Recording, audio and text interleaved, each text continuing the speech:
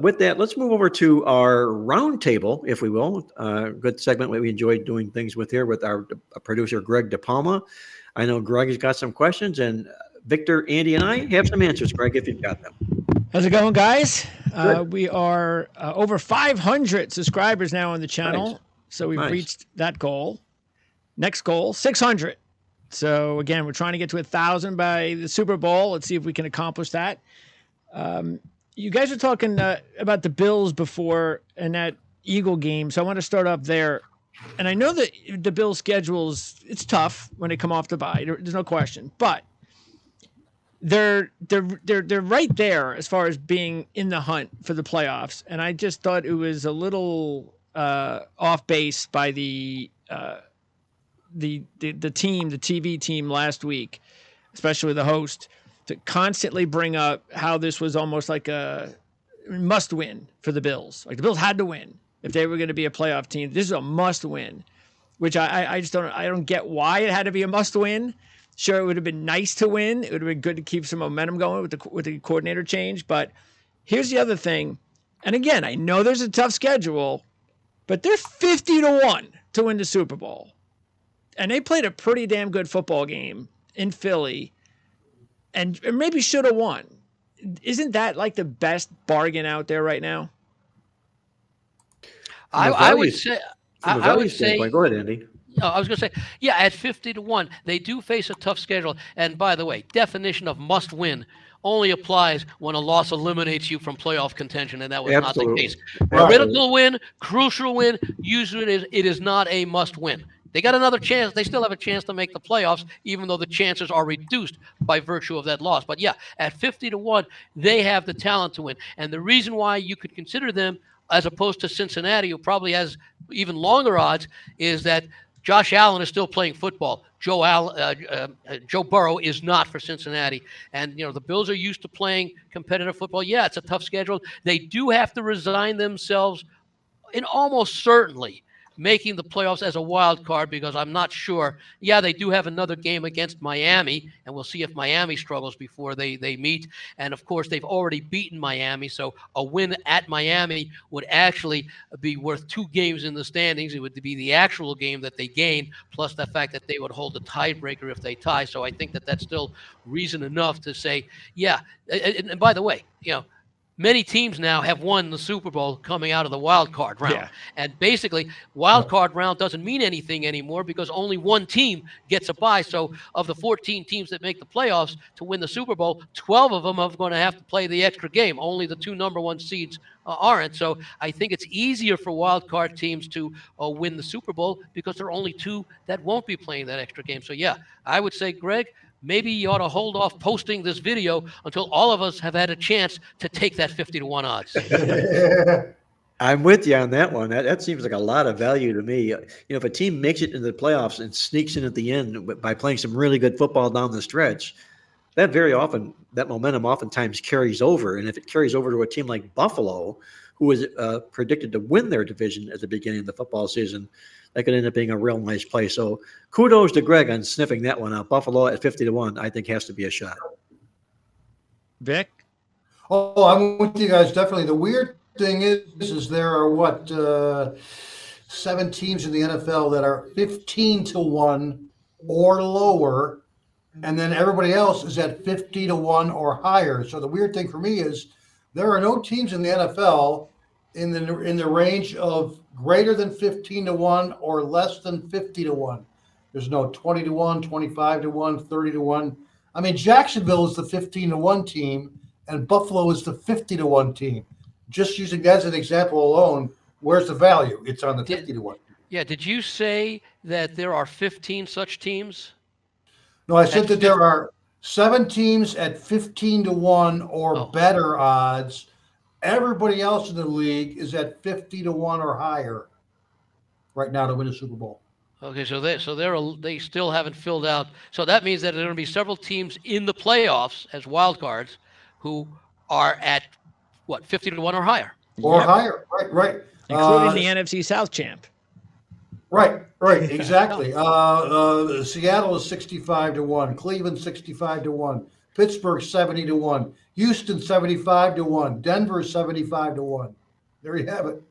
You just Maybe hope take all Buffalo those is the teams. number 7 seed, though, guys, because number 7 seeds have never won a playoff game. So No, yeah. I think there's only been, what, 4 of them I think so. last Right. 2 years? Speaking of the Eagles, so the Eagles are playing a huge game this week against San Francisco. They've had back-to-back really big wins, tough wins down the stretch. So you do wonder, 3 weeks, 3 games, how they can handle this. But maybe they can handle it, Andy, because they're a 3-point home dog to the team that they beat in the NFC Championship game. That's going to be, you would think, a little bit of extra motivation. Well, it's interesting because this is a revenge game for San Francisco. Now, if you go back 2 weeks, okay, before the Eagles played, who was it? Kansas City and the Buffalo Bills, okay? Philly was, what were they, 8-1, and the 49ers were 6-3, I believe.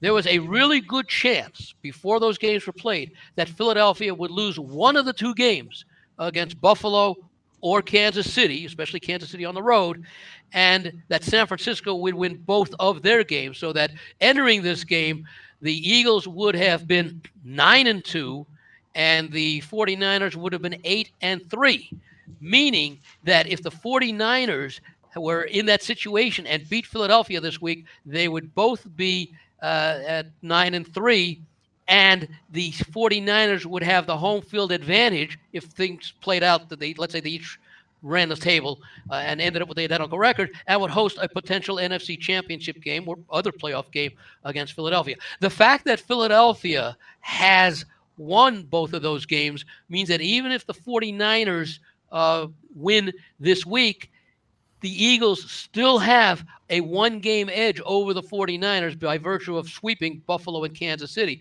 So it does lessen the importance of this game for Philadelphia and keeps it more important, or actually it lessens it from a fundamental standpoint as far as San Francisco goes, because they would then need help even with a win. But they'd like to be able to get into a position where, Philadelphia might lose next week to Dallas. San Francisco, play Seattle at home after beating them on the road. So, I think that that's probably part of the reason for the line move from Pick'em, where, again, the reposted line opened, up to as high as a 3-point favorite. At the same time, when we briefly talked about it earlier, Philadelphia's just been so unbelievable at home. In fact, the 2 games they lost at home were last year. One was a late season, I believe, almost a throwaway game against New Orleans, and I forget the other one. Oh, the other one was earlier in the year when their unbeaten season ended with the loss to Washington. So they've been really in a difficult situation to be defeated. And, of course, when you look at this game, you do give San Francisco an edge, I think, in defense overall. Although Philadelphia's defense is good, but not at the level of San Francisco's. You give the edge to the Eagles with the quarterback and Hurts. I give the running back edge to San Francisco, but not by a lot. DeAndre Swift has done well for the Eagles. The key is in the receiving core for both teams, and I rate that even, and that makes for a very compelling matchup. When I look at a game like this, guys, and I see a big line movement like this going against a really good team, the team with let's face it, the best record of the National Football League. I see it's really a good team. And you ask yourself, why did this happen? What are the reasons? And you go into your checklist of edges and you're looking at what's going on here? Did this occur? Did this occur? Did that occur?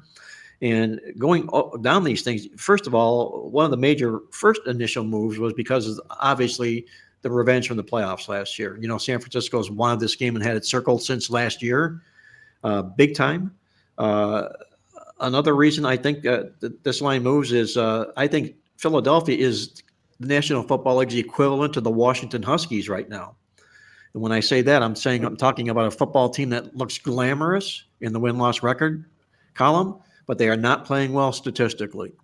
Washington's taking a lot of steps backwards right now, the Huskies are, and so too are the Philadelphia Eagles. They've been out-yarded in each of the last 4 games in a row and solidly out-yarded in each of the last 4 games, over 115 yards a game average. They're playing a lot like the Pittsburgh Steelers, if you will, in that same sense, winning games with smoke and mirrors, if you will. So all these things contribute to these line moves So you take a step back and say, okay, after the dust is settled, is it a valid line move? That's the question here. And if you feel it's a valid line move, you can go ahead and back the team that you liked originally if you like San Francisco and go ahead and do it. If you feel it's there for a lot of the wrong reasons, you're going to make your case for Philadelphia here. So it depends on which pair of glasses you're going to look at this football game through. By the way, let me just mention, because I'm going to draw an analogy between this game and a game that was played last week where I could not understand why the New England Patriots were favored, much less favored by more than a field goal at the New York Giants. You had a 2-8 team taking on a 3-8 team. So you got two bad football teams and you're making them a road favorite. Here you've got two, let's call them elite football teams. They met in the championship game last year. They've been playoff teams, often in the last several years. Here it's a little bit more understandable in making the road team with the weaker record a favorite on the road at another elite team. And interestingly, I like the way that Marc explained it. I look at it as you're giving me an elite team capable of beating any team in the league as almost a 3-point underdog, regardless of how they've played. This is a Philadelphia team that has shown resiliency throughout the season. Interestingly enough, by the way, San Francisco is, and this may be a point for the 49ers, they're in the same situation the Eagles were last week when they were seeking to avenge a Super Bowl loss on the road, again at home. And San Francisco is now seeking, albeit on the road, to avenge a loss in the NFC Championship game, which is almost as important as the Super Bowl because a win gets you there. So it's just a difference in why a road favorite in one situation makes no sense, and in the other situation, and I'm not playing results because I said this before the game last week with New England and the Giants, and why it does make sense in this situation, because you mentioned it before, the line hit 3. That's where I expect the buyback to come. I said it may go back towards the opening because we saw that, but I think you can make a compelling case for either San Francisco or Philadelphia, whereas in the game that I just alluded to, you were making a stronger case against either the Giants or the Patriots. Andy, before I hand this back over to Greg, I want to make one comment. You mentioned the New England Patriots and why they were even favored, let alone being favored more than a field goal in a football game. When intents and purposes, they probably couldn't even beat themselves in a practice. But in the newsletter this week, in the Playbook newsletter, we brought out a really, really interesting point. And it's like when I came across this, I said, "Oh my goodness, I got to share this." And what it is you go back to 2019 in the National Football League, and you'll find a total of 295 games that have been played where a team held an opponent to 10 or fewer points. In those 295 times they occurred, those teams won 287 of those. This year, New England has done it twice and lost both football games twice in 1 year. So Right. That's the sort of season Bill Belichick's having. By the way, and let's go back to the end of that game in overtime, and after Allen misses Davis in the end zone, and no fault of his. I mean, there was a screw up there. He had to get the ball off early. Allen went one way. I mean, Davis went one way. The ball went the other way. I'll be honest with you. I wanted him to go for it, and the reason I wanted him to go for it, not kick the field goal, is exactly what happened in the game. And I think there's probably a lot of Buffalo Bills fans that felt the same way I did. Whereas, no, do not give the Eagles a chance to come down the field, score a touchdown, and beat us. We need to win the football game. And let's get it. We're going to put it in the hands of Josh Allen. It's 4th down. It's 4th and 5, whatever it was. It's a reasonable distance. He's been dominating the football game. I want our superstar to have the game in his hands, not our defense. Unquestionably, that's what you want, is the ball in the hands of your superstar in crunch time. And it's another reason I think that they're a very poorly coached football team, the Buffalo Bills are. I think Sean McDermott, his days are numbered in Buffalo, especially if they don't make the playoffs this year with all the talent they have on hand. All right. I was thinking about that as well. And I think the situation for Buffalo is a loss would be more costly than a tie. Let's get the 3 points. Let's hope our defense can shut down Philadelphia. The most likely situation in that case would be that Philadelphia would normally get in position to kick a field goal, not take too many chances, even on a 4th and 2, let's say from the 17-yard line or whatever. They happen to break that. Hurts happen to have that big run, because if they end up holding them to a field goal, the most likely scenario would be either Buffalo goes down and gets a late field goal to win, or the game ends in a tie. So I'm thinking that was the advantage, because that way, in order for the only way that the Eagles were likely to win the game under normal circumstances would be they need a touchdown. They either accept the tie themselves and hope they can stop Buffalo from ending the game, because I don't think there'd be more than one possession with Buffalo getting it back in a 34-34 tie. The game either ends with Buffalo winning, or the more likely scenario is the 10 minutes expire and the game goes as a tie, which I think is less costly for Buffalo should it come down to tiebreakers. If you're let's say 9-7-1 versus 9-8, that's an advantage. Yeah, and it's an NFC game anyway as well. By the way, same situation. I don't know what you guys thought, but last week, especially in the college games, it just seemed that there were a lot of close games, rivalry games, and yet the favored found a way to win, like every time, and including the Alabama game. And I got to tell you, hand on my heart, I did not think the game was over on that final play. Knowing Alabama, knowing Auburn, if Auburn was in that situation with the ball in their hands and 4th and 30, game over. But with Alabama, with the ball, you just knew the game wasn't over. I'm not saying I thought they were going to win. It just, this game ain't over. The announcer actually said, well, you think they should kick a field goal and try to get the ball back on the onside kick? No. That's ridiculous. Just go ahead and you can complete this. And it's just amazing, though, how, because maybe I'm old, maybe I'm cynical, but I look at that and I think a lot of younger kids today probably thought it was the most amazing thing ever. I just looked at it as, oh yeah, it's Alabama, it's Auburn. I'm not surprised. Was the game a few years ago, was it the final play on the famous Auburn pick six? Or is there still time left? I think it was the final play of the game. Yeah. Yeah, I believe so, yeah. Yeah. Maybe that was part of the thinking. Right. Weird things happen at the end of Alabama-Auburn games. That is definitely for sure. And in fact, that game did not go over the total until that final touchdown as well for us people. The defensive touchdown? Biting on our nails for the whole game. It took that final 29-yard or whatever it was, touchdown pass. Oh, that one. Okay. To push it over the total also. Yeah. I'm just glad I didn't have Auburn on a money line. That's all I can say. All right. Yeah.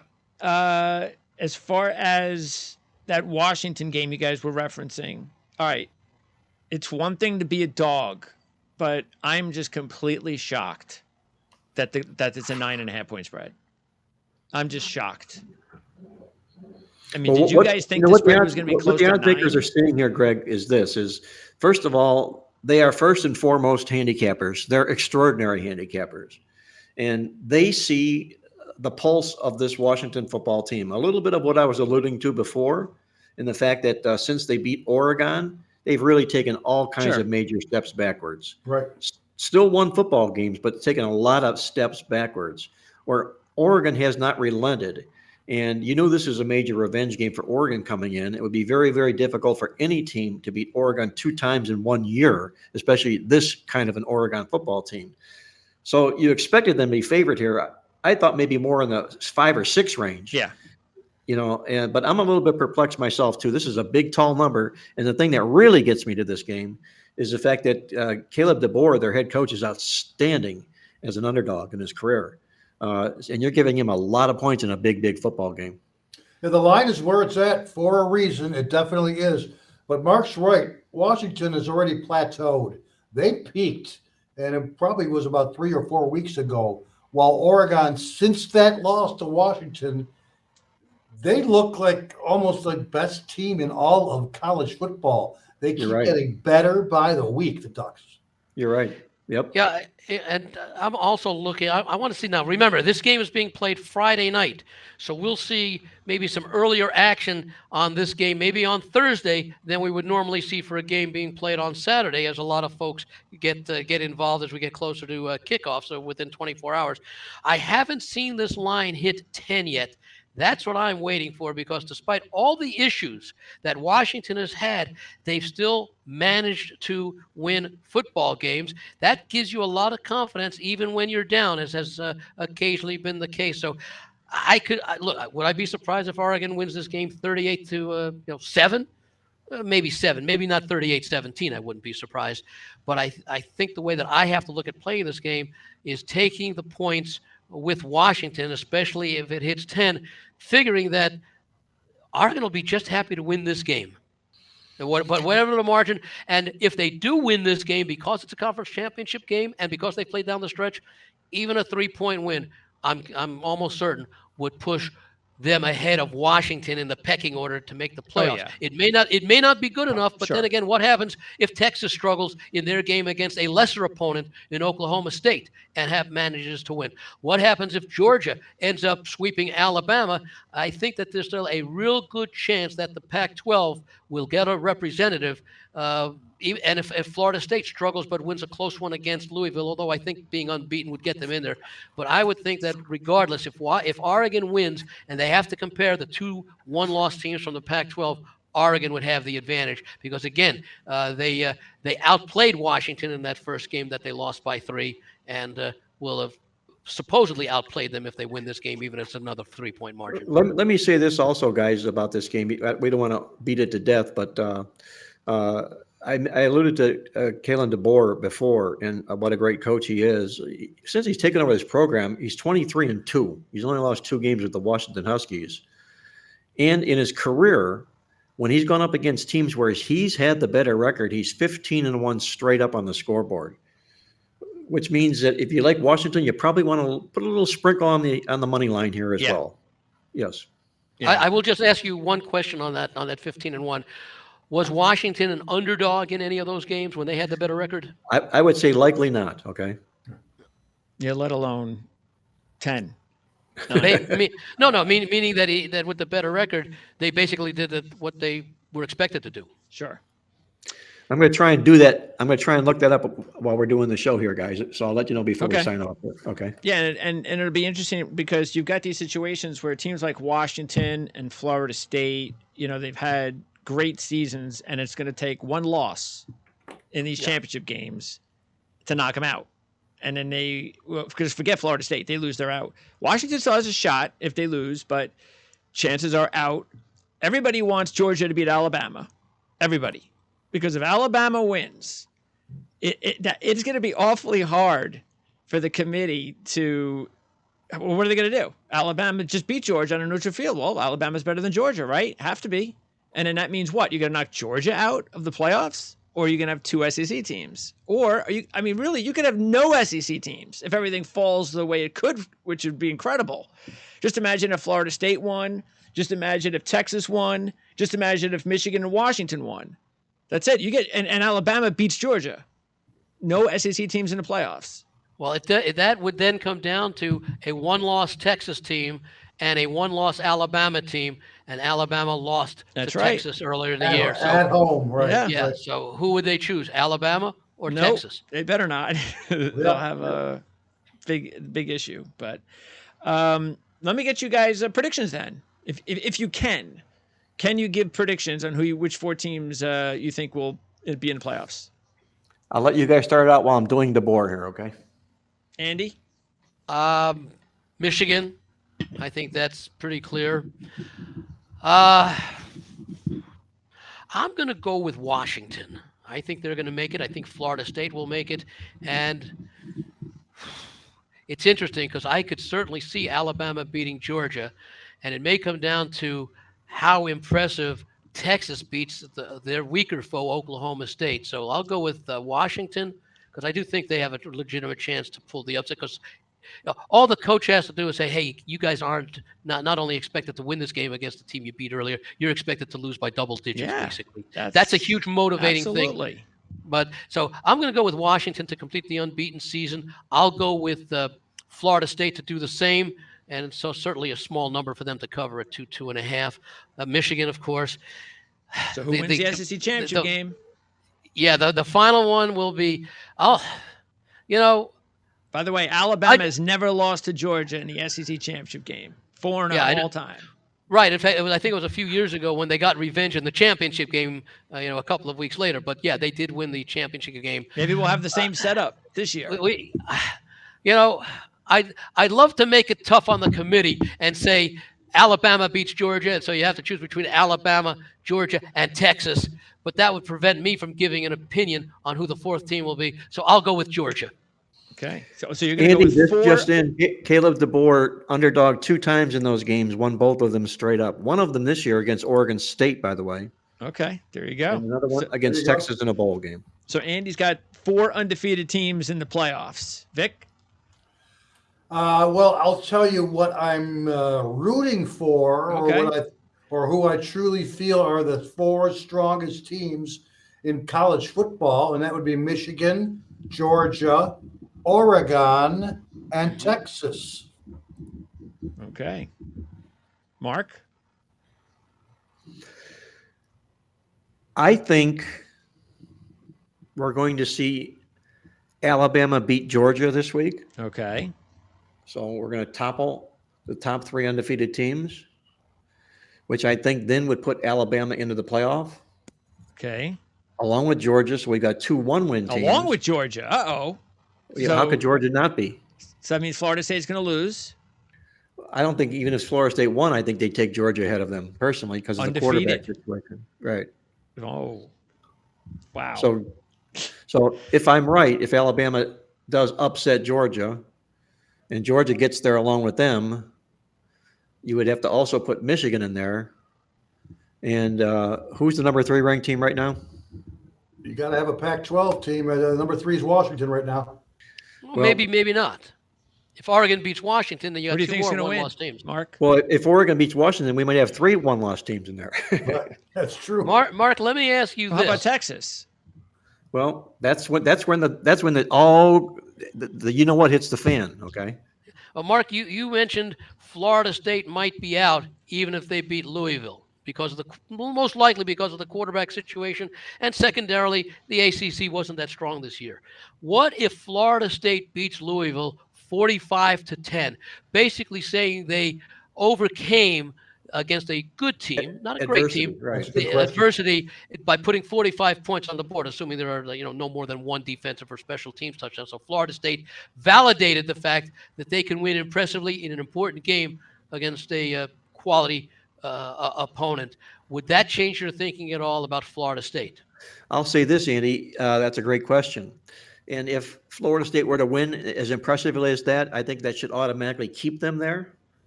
And then the way the other dominoes would fall would have to be dependent upon how they fell. But I think it would be real difficult to take Florida State out if they come off a very impressive win. If they come out with anything less than impressive, a mediocre win or less, I think they could be pushed out. And then, of course, you'd be taking a look at Washington and Oregon. If Washington beats Oregon, but it's another close game, okay, Oregon would be eliminated having lost twice, but then you might have Washington in a situation similar, even though they're unbeaten, to the situation you had Florida State in just a moment ago with, let's say, an unimpressive win against Louisville. That might enable Texas to make it in, or you might have, in addition to Michigan, you might have Texas, Georgia, and Alabama in there as well, depending upon what happens in those other 2 games, because they might not take Washington. In other words, it would be easier in the 2 scenarios I described to eliminate both Washington and Florida State, even if both were unbeaten, and allow them to take Georgia if they lose to Alabama. Also take Alabama and Texas. I would like nothing better as a part of someone as part of the media, but first of all, that is never going to happen, and second of all, if it does, I'd love it. I would just love to see the reaction in Washington and Florida State if they went undefeated and didn't get in and they put 2 SEC teams in. It would be amazing. Or truthfully, put 2 one-loss teams in. Yes, exactly. 2 one-loss teams in the SEC. Yeah. All right. I'm going to especially if it somehow leaves Texas out for whatever reason, who beat one of the 2 one-loss SEC teams on the road. Yeah, leave them out too. I'd love it. The funny thing, guys, is we will not be having this conversation next year.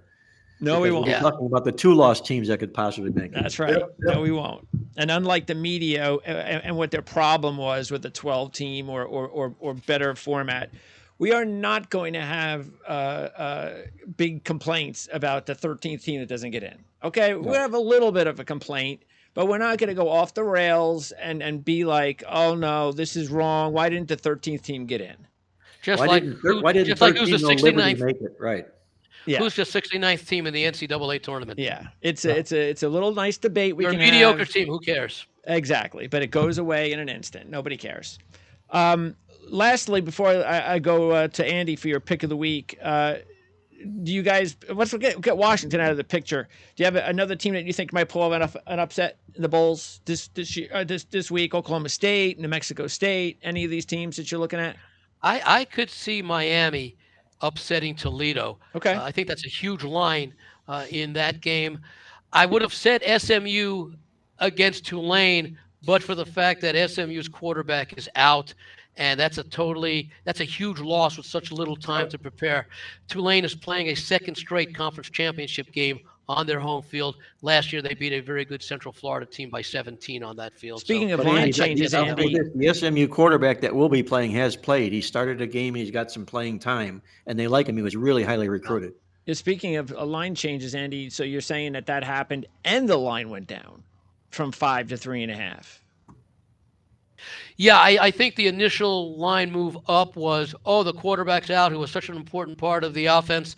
SMU has no chance. And then they took a little bit closer look at, even though the experience of the backup quarterback is limited, they said, you know what?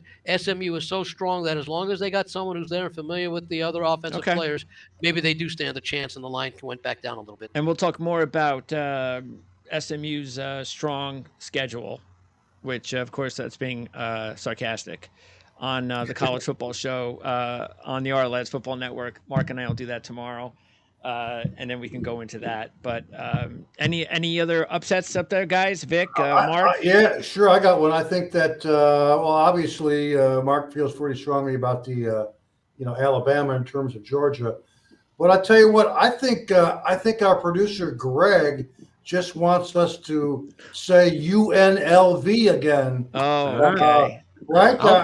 They're potentially, I know the game's at Allegiant Stadium, but they're basically playing host that Mountain West Championship. They're getting 2.5 now against Boise State. They were tied for the best ATS team with two other teams in all of college football at 10-2 ATS on the season. And, the Running Rebels have a shot to take down Boise State. I'll tell you what about that game. Interesting enough, the game last week against San Jose State, they did not have a huge crowd from UNLV in that. That's a shame. Cavernous Allegiant Stadium. I'm expecting a lot of Boise fans to come down for this game. Yep. It almost might be like an NFL crowd where like a Charger crowd. Partial, well. Not quite as bad as a Charger crowd, but the Raiders have not had the majority or a significant majority of the fans for a number of their games. But that's a little bit different with the NFL. By the way, talk about another upset. It's difficult to see because Liberty is unbeaten, but New Mexico State is playing with such confidence. And even look last week, what happened after winning by 24 points on the road at Auburn. They won by 21 as 24-point underdogs.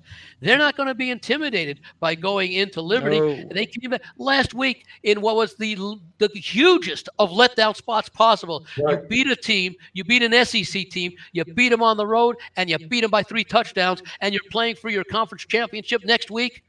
They came back and won last week as a small underdog. Yeah.